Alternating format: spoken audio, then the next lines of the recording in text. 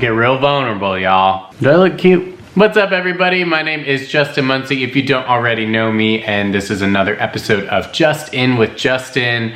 So today, I am a little bit sick, but I'm gonna try to bring all the energy per usual. I just wanted to give you all the life update. I had the most rock and roll week of my life. Now, from February 1 to February 9, I was a rock star. It was one of the most exciting weeks I've ever experienced in my career, and also one of the most emotional. Let's just dig into it. February 1, I had a show with Rebecca Black at the Grand California Hotel. February 2, I was at Influence Church bright and early to shred because he bled.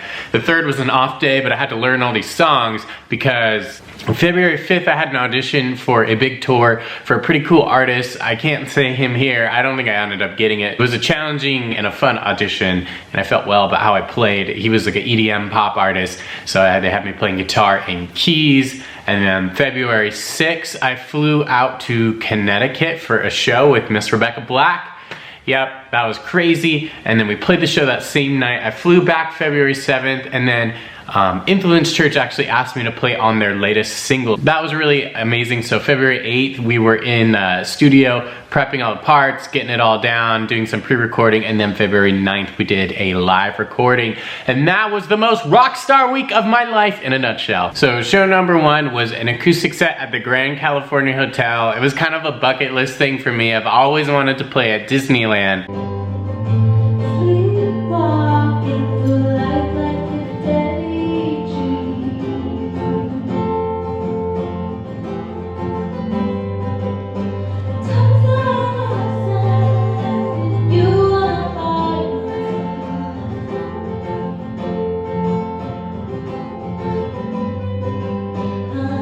I have played at Disneyland before in orchestra in junior high, but you know, it's cooler to play as a band. And while we didn't play in the park per se, we played at the Grand California Hotel, so I think that counts for something. I got to hang out with my fellow bandmate Victoria, who I love. It was a girls' night, you know? It was like a good... It's something I've learned about myself in my INFJ-isms is that I just do better with girls sometimes because they can understand the feelings I'm going through and why I think the way I do and the sensitivities I have to life. Playing at Influence the next day was great. I mean, playing at Influence has been one of the most incredible experiences of my life. I've never been to a church that did charismatic worship before. And, you know, growing up at Saddleback Church, this is not to say anything negative about Saddleback. I'm so grateful for it and I love it, and it will always be home, and, you know, to some extent. But growing up at a church that wasn't charismatic and didn't allow the room for the Spirit to move, it's quite a juxtaposition to experience that, where we have these moments where the Spirit can lead and we don't have to play the songs to form. The song can turn into a new song. We can do live extensions, and like, it's also really cool that, you know, from the stage, the MD will be like, okay, one chord, we're gonna do the chorus again, Nope, 4, 5, 6, give me the 1/3, and then I need guitar, down. That challenge of being able to do that lit me on fire in a way that playing in the typical contemporary church format didn't. And the next 2 days, I hit it really hard to learn these songs for this artist because it was kind of a programming gig and also a guitar gig at the same time.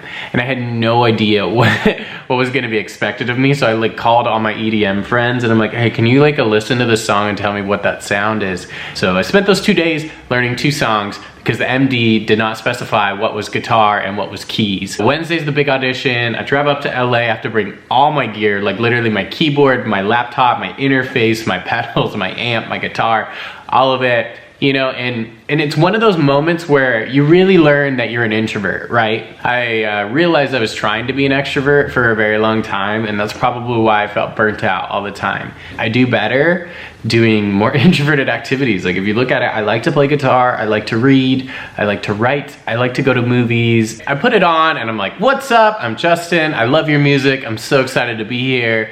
And all that's genuine, of course. It's just like, it's maybe a little bit elevated from my natural, especially what I was feeling, going through a breakup, and also just kind of like feeling lost in general. But I mean, once again, typical for the INFJ, always lost, but always found. Set everything up and I play for about 5 minutes on the first song, and it's a completely different arrangement than what they sent me, of course. And you know, I do my best with it, that's all I can do. And they were like, wow, that sounds really good. And they were taking interest, which was good. And they were like, on this next song, can you just play guitar?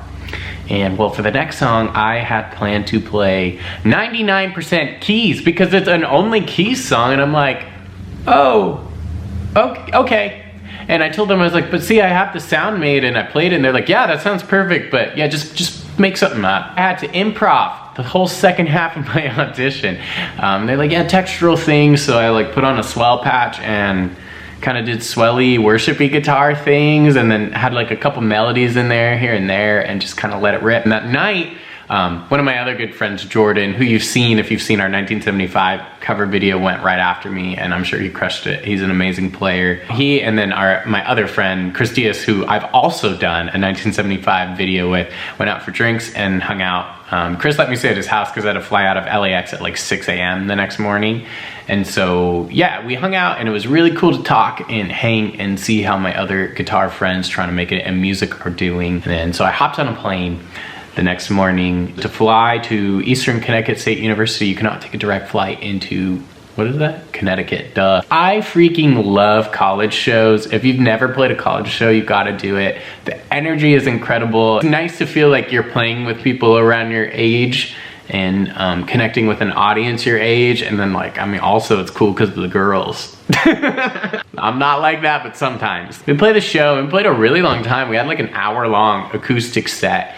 And it was cool. It was really cool to hear Rebecca do her thing. The show went really well. At one point, somebody asked if I was single. I'm like, hey girl, what up? After the show was cool, I was hanging with some people, and guess what, guys? This is the first girl story from tour. So I saw this girl who looks like a Disney princess, go figure, it's all I ever go for. And we had this like moment of eye contact, right? Where like, I see into your soul.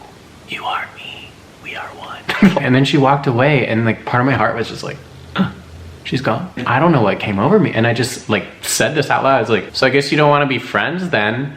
And she turned around, and she like turns around and gives me the smile.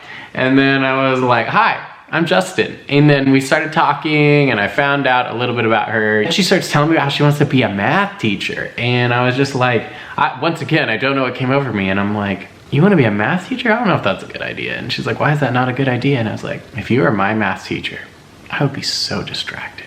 Kid next to me goes, oh, dear God, did that leave my mouth? It was like one of those moments, you know, where you like, it's like you see the words leaving your mouth and you're like, oh my gosh, am I saying that? Am I saying that? And then, yep, I said it. And so there was nothing to do but to try to play off the swag that I do not have. And so I just kind of did this, you know, tried to look cute. And then I think she laughed, and like it was good, and we had a good conversation. So we fly back, and I got to start learning the stuff for Influence. Now this awesome producer came in. He does some of the Bethel stuff, and he's done like the John Mark McMillan stuff, and it was quite a learning process because I've never been a part of a live recording before. It was a song we had played several times before, but the way we ended up recording it was quite different. And so like I came up with this cool kind of Phil Wickameth, like big reverb, delay, like really spaced out with a pog, like almost more synthy thing. And so in a way I kind of inherited the lead guitar part. I didn't think I was gonna be the lead guitar because our normal guy was there, but I kind of like whittled my way in. But yeah, the process was really cool. You got to try to play the song the exact same every time, which is hard live.